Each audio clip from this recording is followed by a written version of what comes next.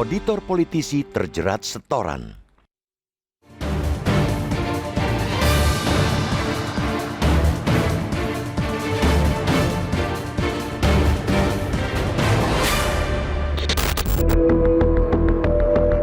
Keteguhan hati pimpinan dan pegawai Badan Pemeriksa Keuangan atau BPK untuk berkata tidak pada godaan korupsi kembali dipersoalkan.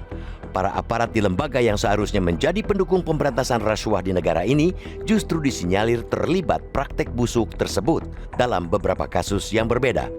Teranyar, para penyidik Komisi Pemberantasan Korupsi atau KPK menyegel ruang kerja anggota 6 BPK yang juga mantan politisi Partai Gerindra, Pius Lustri Lanang, karena terkait dengan proses penyidikan kasus dugaan korupsi pengkondisian temuan pemeriksaan BPK di Kabupaten Sorong, Provinsi Papua Barat Daya.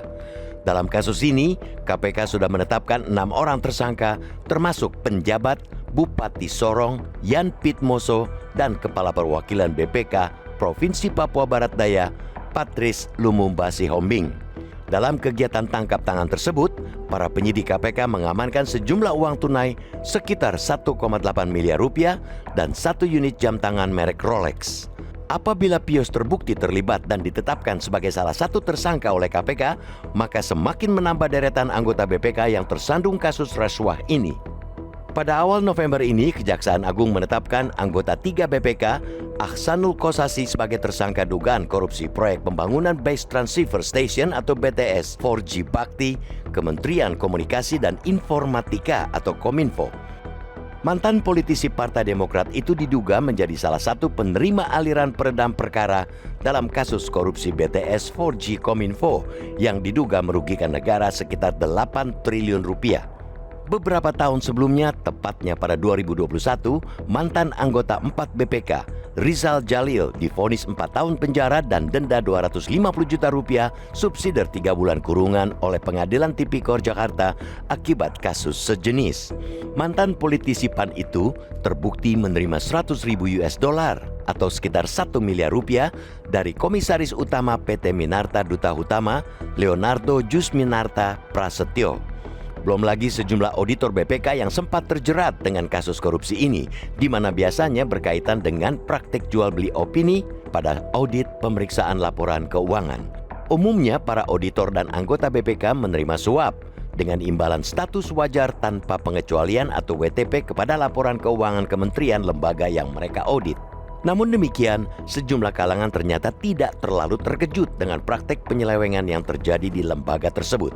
Apalagi selama 1 dekade terakhir, sejumlah pimpinan lembaga ini merupakan politisi partai politik yang tentunya berkelindan dengan kepentingan politik. Janji pimpinan BPK yang berasal parpol untuk menjadi negarawan begitu terpilih oleh kawan-kawan mereka di Dewan Perwakilan Rakyat ternyata hanya pepesan kosong. Hal ini akibat pemilihan pimpinan BPK tersebut memang terkesan tidak transparan. Dengan desain kelembagaan yang tersandra kepentingan politik, akhirnya tidak mengherankan apabila BPK tidak mampu menghasilkan produk audit yang bebas dari kepentingan.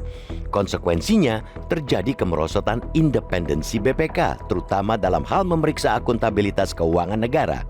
Karena itu, rasanya masuk akal apabila sejumlah pihak mendesak DPR dan pemerintah segera merevisi Undang-Undang Nomor 15/2006 tentang BPK demi menyelamatkan lembaga ini dari kerusakan yang lebih jauh. Salah satu aturan yang perlu diperbaiki yaitu proses pemilihan anggota sebaiknya dilakukan panitia seleksi yang bersifat independen atau dibentuk pemerintah.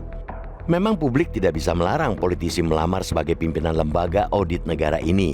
Namun, setidaknya publik bisa mengidentifikasi sejak awal siapa saja calon pimpinan yang punya integritas tinggi dan punya rekam jejak yang bagus.